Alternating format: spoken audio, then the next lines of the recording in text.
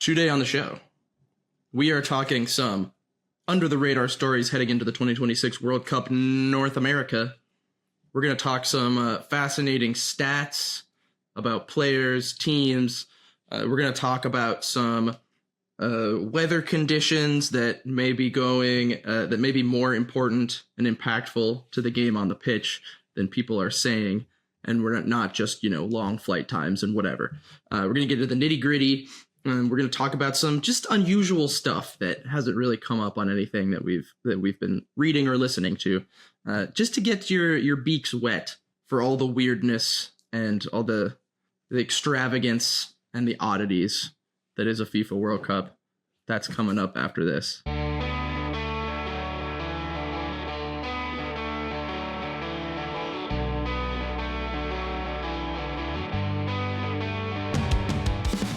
Live from San Jose, California, and Brooklyn, New York, it is the Any Given Thursday podcast.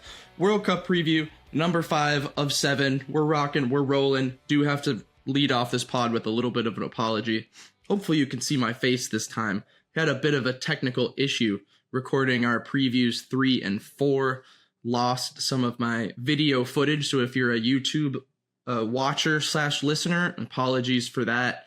We were just stuck with David's mug for much of that, for the entire 4th preview and for part of the 3rd. So thanks for bearing with us. And is anybody complaining about that? I wouldn't be. I mean, look at this space. I would say I've gotten a whole mailbag full of hate mail, but none of the episodes are out yet. So how would we know? How would we know how people will react or how many people listen at all? We could be speaking to literally no one right now. There's no way to tell. On that note, let's just dive right into this, David. We're talking about some under the radar stories today. And why are we doing this, do you think? What is it? Tell me, explain it to me like I'm 5. This was not a question I prepared for. I like to do a bit of a chat section where I make David uncomfortable at the top of the show. By the way, I'm drinking. Yeah. It's been a hard day. And that is the best story. Max's battle with alcoholism. Will he overcome it by the end of the World Cup? Almost definitely not. I'm in a fight for my life, ladies and gentlemen. Skyrocket during the World Cup. That's bad to joke about. It's not funny. We just wanted to talk about, I think, some of the stories that maybe just aren't getting reported because the World Cup's bringing together all the nations. So to kind of highlight some of the things that don't just involve the top teams, as that's where the focus of most media coverage is going to be. It's what everything's about. Biggest stories over and over again, and just share some of the little things that you might miss if you're only watching, the coverage on Fox or the big Paramount pregame shows that they're doing, So if you want to follow some of the more niche stories, it's kind of what we like about the sport. We cover the Europa League and the Conference League, so we're all about the niche on this podcast and felt like we needed to do an episode dedicated to it. We're so niche. Our favorite author is Nietzsche. Am I right? God is so dead at the state of the world. He was right all along. I agree. There's a lot of Messi and Ronaldo. There's a lot of England. If you are in the England media sphere like I am, listening to soccer stuff, it's a lot of can football come home this time after the last 18 failures. If you're a circle, you're probably hearing still about Italy. Just had to get that one mentioned in every podcast. This one's mercifully short. We're talking France. We're talking Spain. Blah blah blah. But sometimes this is the point of our show, as you said, and also our club spotlights coming out soon about the 4 debutant nations. Just getting a little bit of football is such a. This is going to sound so trite and annoying. So apologies in advance, but. It's the global game for the reason, We're not just playing it in at the very top levels. This is why the World Cup is so great. This is why everybody in South America sells away their entire lives to travel to Qatar to watch Messi win the World Cup, or this year finally hit a financial barrier that they can't overcome thanks to the United States of America. But that's the next preview episode you have to look forward to if you like depressing things. This one we're going to keep it pretty light. And I want to start with some stuff about age, because everybody likes talking about age. It's an important part of our society. How about this, David? There are 6 players at this World Cup who are over 40. 6 of them. And you have a little piece about Memo Ochoa, I think, to say here. So that spoils one of them. But I'm curious. Can you name all 6 players who are 40 years old or over? It's not as hard as you'd think. Okay, Ronaldo is 40, Correct. right? Okay. Ronaldo is 41 years and 3 months. He is the second oldest player at the tournament. Obviously, Ochoa, who we hinted at. He's the third oldest. Goalkeeper. Is Luka Modric 41? Yep. He's almost 41. Yeah. He is the fourth oldest. He's still 40. He's 40 in 8 months.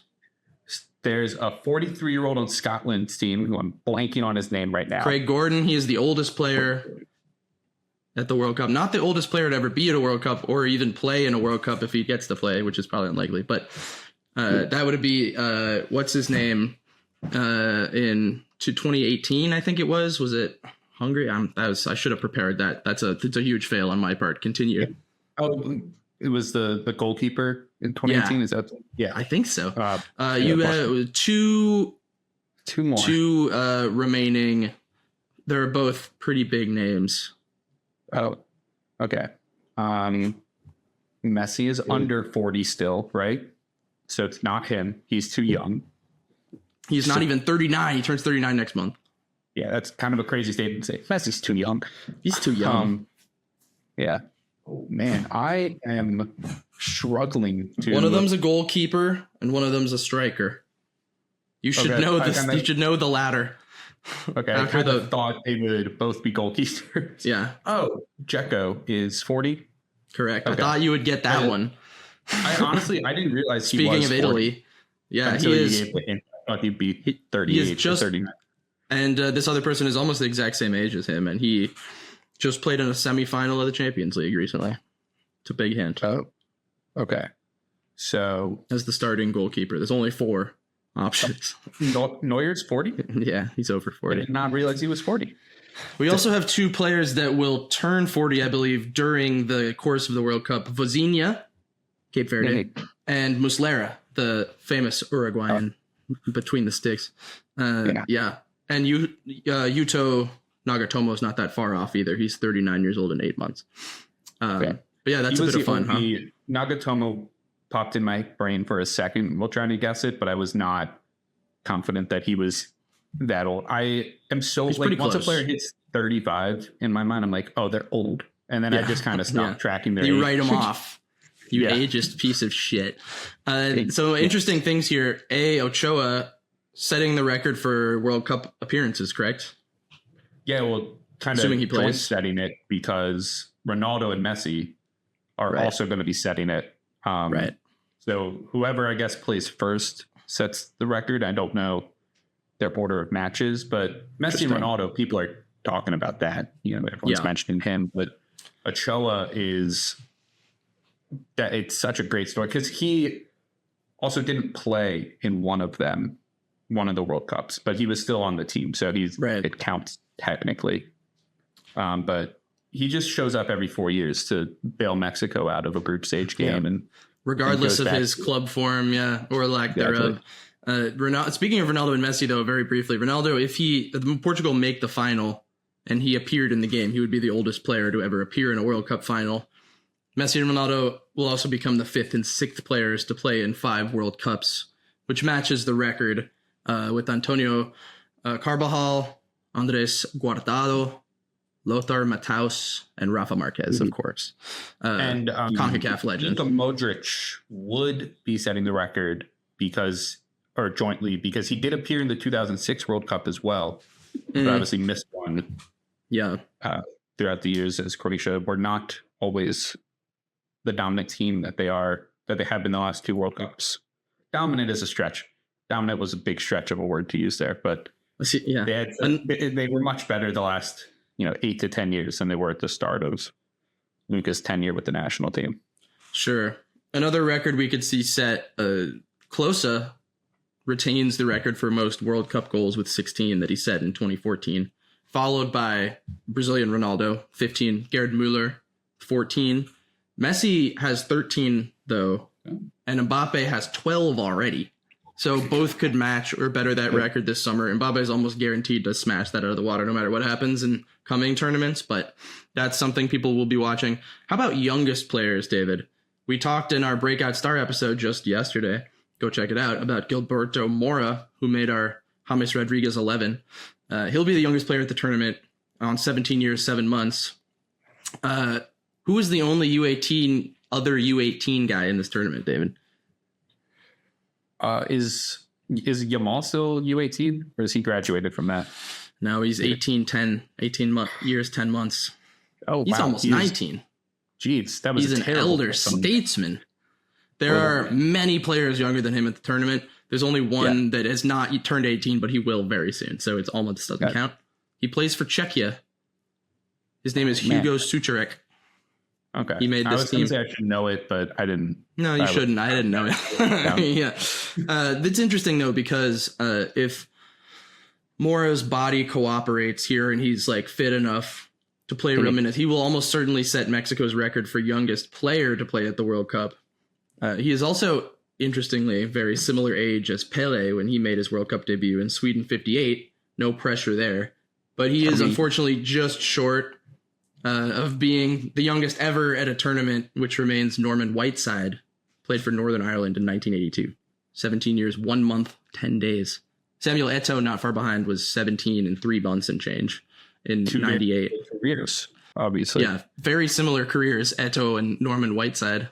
Reached the same levels. Yeah. But Mora's just missing an opportunity also to be the youngest to score at a World Cup, because Pele holds that record at 17 years and 239 days, and he's just like a month too old to be able to achieve that. And Mora's definitely a threat to score at this World Cup. He's totally very attacking player, pops up in the right spots, like we said. Could totally see a world where he, I guess, probably becomes the second youngest player. I would just assume that there hasn't been anybody. It would be pretty close. I'd have to. I didn't do that level of research. Yeah, I stopped at 1 on the list. Other interesting thing, there's a lot of old guys. There's a shit ton of teenagers at this tournament. There's 20 to 22. Couldn't quite get my estimate right there to give you a definite answer, but I believe this is a record. But of course, we're cheating with more teams, so I don't know if that should count. This is also the thing with the expanded World Cup, is that it does, now you have to sort of clarify from now on certain stats with if you have an extra game, extra teams quality. It gets everything mucky, but that's just the way it is. That's how life is. So what are we going to do about it? Ties into something I was going to talk about is Argentinian league feels very underrepresented despite the expanded World Cup. When you compare them to like how many Brazilian league players there are, but their raw numbers still look better than ever. But it's just because like Paraguay has a bunch of players there. And obviously Paraguay would not normally have qualified for this World Cup if it was 4 years earlier. So if you discount Paraguay, and suddenly the Argentinian raw numbers look very weak compared to the historic strength of the league. And Brazil, their domestic league numbers are skyrocketed. I noticed that and thought it's kind of a interesting thing. I feel like nobody's kind of talking about whether the Argentinian league is falling behind the Brazilian league or why that is. And maybe it's because I'm not as tuned into South American soccer as I should be. Well, there's certainly a lot going wrong with the Argentine league at the moment, politically speaking. But yeah, I think that surely has to be some level of factor. They can't be in their bed. We have to ask Nico Cantor, our dear friend, if he to provide some context there. But I mean, it can't be useful to development and continuity or any of the things that improve player development and squad development. So maybe it's a factor. They're doing better than their neighbors Uruguay, though, who have 0 players represented at the World Cup in their league, which is a bit surprising because there's usually a couple on the Uruguay team and none of them are local. Yeah, that is surprising, especially given the 2 extra South American teams that we have compared to normal. But I'm not super familiar with the history of like Uruguay's league as well. It's more so it would be usually you have a player from like Nacional or something like that, and Yeah. One of the Montevideo clubs. But yeah, unusual. I can't remember if that's ever been the case before on a Uruguay team, but the company they're with domestic leagues with nations that qualified for the World Cup, we're talking like Cape Verde and stuff, the leagues that don't have participating members on their national team. So that's a little bit, I don't know if that's a thing or it's just a circumstantial thing, or if someone would have to tell us, is the South American club scene sort of shifting in too much of a Brazilian direction right now? Are we losing some competitive balance? Players are leaving for Europe at an even younger age than they have. I'm sure that's a factor. Yeah. Like drawing players who, a lot of times we would see like 18 to 21-year-olds would be the guys that are representing the South American leagues before they make the jump to playing in a top 5 European league. But maybe that's just not a thing anymore. And more players are going to these I guess like filling out, the back end of the Premier League and La Liga, who have a lot more money than they used to. We'll have to get Nico on. Another thing I noted is that France could be the third team to make 3 consecutive finals, in addition to the first team going back-to-back since Brazil, way back when. But Germany did 3 consecutive finals in the 80s and 1990, 82, 86, 90. Brazil did it most recently, 94, 98, 02, winning first and third of those. And then really interestingly, Deschamps could be the first person to be in 4 World Cup finals. I believe that's the case between as a manager and a player, combination of the two. Obviously, those Brazilians that won 3 between the 58 and 70 all qualified there as a player, as do some of those German squads and French squads I mentioned. But his addition of being coach in 2018 equals that record, and he could do one better by matching those German and Brazilian achievements of the 80s and 90s. I just pulled up his Wikipedia really quickly to check, because I was like, man, it's so crazy to me that he's on the 98 France team. He just feels so like he doesn't feel like a late 90s player. But he was on the French team basically until his retirement, and then immediately starts managing Monaco. He's just quintessentially French, He's just like one of the most French people that has ever existed, I think. Maybe that's why it works so well for them. People question his tactical astuteness, which at this point, I think we just kind of have to say, well, he clearly knows what he's doing. Yeah, I'd say Polly knows what he's doing. Yeah. But maybe it's just like he's just so French that you go to that French camp and you're just like, wow, I feel patriotic. I want to win for my national team now. Does anyone know the ins and outs of the national team at like any point in history better than Deschamps with France? I mean, I know Zidane's going to replace him, and he's not going to have a bad shout either. Those guys they bleed cock. You know what I mean? They bleed cockerel is what I mean. And if there's anybody who can manage personalities, it's a guy who was on the French team in the 90s and then played and managed Juventus in 2006. After the Calciopoli scandal, like the dude knows how to manage some personalities, and not to mention he was around for the Benzema Valbuena situation as well. He's seen them through some crises, and now's the fun part. Should we talk about some new laws being instituted at the World Cup this year? They're fairly minor, but they are of note. One of them is that we have 2 dance breaks in every match. Is that correct? Yeah, I believe so, right? They're going to do a little water break, but probably use it as a chance to run some commercials with celebrities dancing to sell you products. Oh, yeah. I thought the players were they were going to put up a disco ball in the Azteca and have like a good time. I think bailando. That would be a good use of time during a soccer game. So naturally, they would never let that happen. Will I get copyrighted if I do the rap verse from Bailando right now for you? Almost definitely you would get copyrighted on YouTube. I think Spotify we could get away with it though. Well, if it's drowned out by that vacuum, then it wouldn't be a problem anyway. Yeah, I apologize for that. So we have these pretty cynical, likely money grabbing water breaks, but there is some merit to it just because it's so goddamn hot in North America these days. Especially like some of these will be indoors, but Kansas City, midsummer, there's some hot places. Even the northern places, if you're European and not that familiar with the space here, like Toronto will get hot, Foxborough will get hot. It'll be hot pretty much everywhere in the Northeast. Philly, Miami is not outdoors. That's not indoors. I mean, that's fully outdoors. Like, it's just going to be a slog in some of those games. I mean, saw a little bit at the Copa. The CONCACAF players and the South American players are like, whatever. We're used to insane weather and like travel conditions for international matches. You know, elevating to Bolivia once a year to play.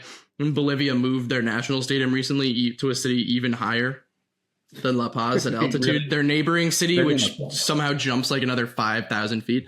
But for the Europeans, the more delicate Europeans used to slightly more temperate lifestyles and certainly less travel. That is going to be an interesting factor to watch. It will almost definitely be over 30 degrees Celsius at pretty much every site bar Seattle. Because put that in context for European listeners who might say, oh, 85 degrees Fahrenheit, 90 degrees Fahrenheit, that doesn't sound that bad. It will almost definitely be over 30 degrees Celsius, which is pretty hot. And humidity, brother. Humidity. Yeah, especially those southern sites. Well, they'll mostly be indoors, like Houston and Dallas and Atlanta. Those are, and LA are all indoors sites. But yeah, Kansas. Nobody knows Kansas City is gonna suck. The thing is, in Kansas City, nobody knows what the weather's gonna be. Hot. Anything beyond 5 minutes. Cyclones. Tornadoes. Exactly. The wind picks up out of nowhere. You get really quick, massive rainstorms that pass in like 10 minutes. Philadelphia, shockingly humid city. People don't realize humid. That as well. So is New York. New York is hot as hell in July these days. We're just dying out here every July. It's like 100 every day last week. So just if you're coming from abroad, you're almost certainly not listening to this podcast. But if you are, beware. Not to pull the whole European mind can't comprehend thing on you, but you mentioned the elevation as well, right? As part of that. And they did a decent job of avoiding most of the high elevation places in North America, but the continent has a lot of elevation change. And because they're hosting it over the whole continent, you're going to get a lot of that, especially in Mexico City. I feel like that's kind of being passed over because everyone's focusing on the U.S. portion of the World Cup, but any team that has to go to Mexico City is going to have trouble catching their breath. It's like playing in the clouds. You know, you are so high up. It's very difficult for players to adapt. It's over a mile, correct? Elevation. I'm checking the exact amount. Stall for time. I believe it's over a mile elevation. Max is going to 7,200. Yeah. So all the shit, if you live in the U.S. and you're sick of Denver's like 5280 thing, that's nothing. I mean, 72 is not that high either on the South American scale of things here, but yeah, again, it's not something people are used to doing these days that much in most of the club football that we watch. Especially because Mexico is going to have the advantage of being a little more acclimated to that, and they get to play all their group stage games at home. And if they win that group stage, which you'd expect them to, they will then go to the round of 32 at home in Mexico City, and then the round of 16 at home in Mexico City. And other teams will have to fly in from sites closer to sea level, because almost every other site is coastal, to Mexico City, adapt to that the elevation in a day or two, and be ready to go play 90 minutes of soccer when they're not getting the oxygen that they're used to getting. It's going to be difficult.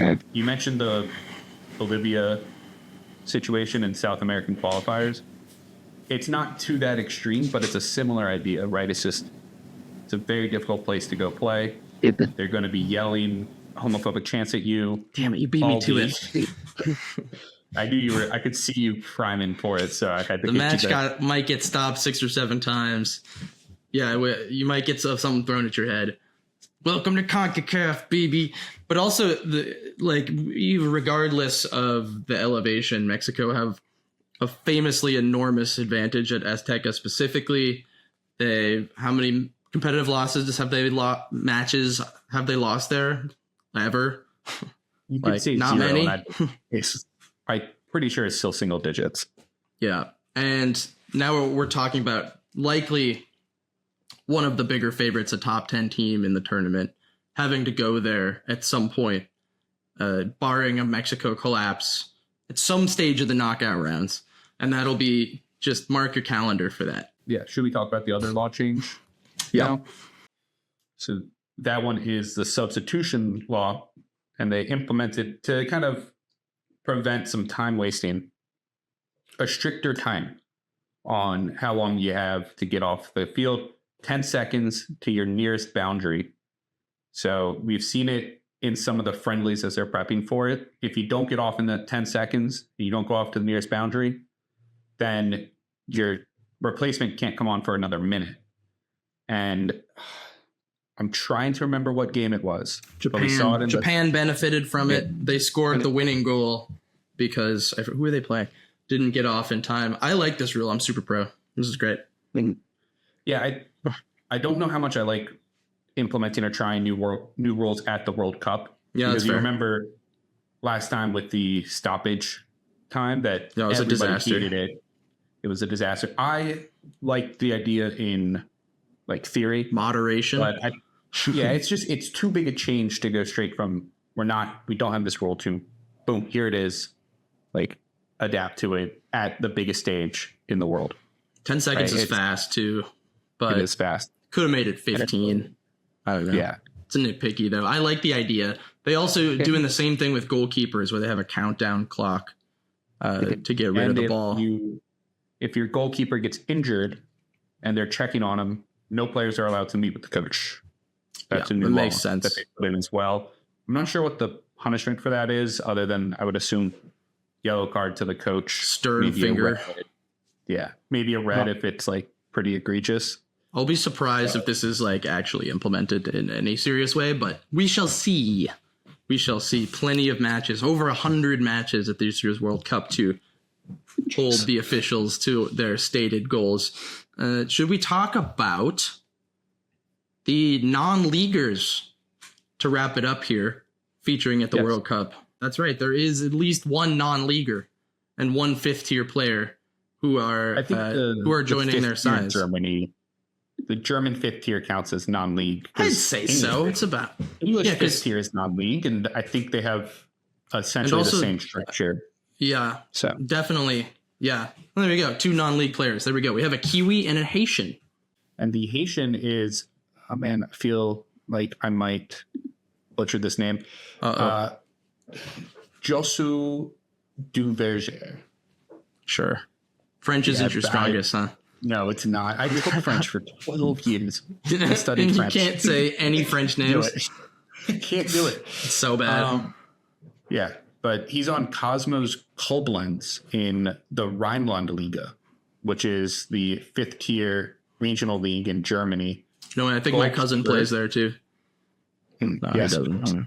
Yeah, goalkeeper. He's got 6 caps. He's not expected to be the main keeper. That's Johnny Placide, who's the captain of the team. But if Duverger gets in, I feel like that's got to be record setting to have a 5th tier player actually appear at a World Cup. But yeah, I don't know. Maybe there might be some old World Cups where the tiers were weird. It was kind of hard to identify, I'm sure.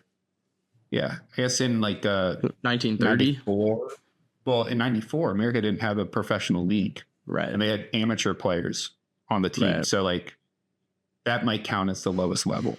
It would have to be a modern era thing, I think, because there's just no way to know, especially where everybody was kind of in their own relative territories for the first however many decades. What about the New Zealand guy, though? He plays in England. Yeah, so he plays for Braintree, who also got relegated to the 6th tier. So he's actually a sixth tier player now. Yeah, he's Tommy Smith. I believe he's a center back. Correct? Tommy Smith? For New Zealand, the Kiwi. Is it Kiwi Tommy Smith? It's his second World Cup. He played for them in South Africa in 2010. Fantastic. So, a while ago. He's now 36. Peaked at like Ipswich, I think, was in the championship. I think that's the highest level he ever reached, which is, that's a pretty normal, good level for a New Zealand player. For Kiwi, yeah. Yeah, 16 years on, still making the team, playing in non-league. That's pretty crazy. That's great. Well, why don't we wrap this up with a cheers to our non-leaguers? What an accomplishment. It really makes you think that if I went and started playing pickup in the park again after a few years, that maybe I too could represent New Zealand at a World Cup someday. I'd need citizenship, but I have talents to offer them, so why not? I'm sure they'd be happy to give it to you. You have many talents. New Zealand well. You're goddamn right I do. I have an All Blacks jersey sitting in my closet right now. I will not perform the haka for you though. Yeah. Seems like a bad idea. One of you AC Milan in 2016? Oh boy. That's the end of preview number 5. We'll see you tomorrow for a whole bunch of fun stuff about politics. Woohoo.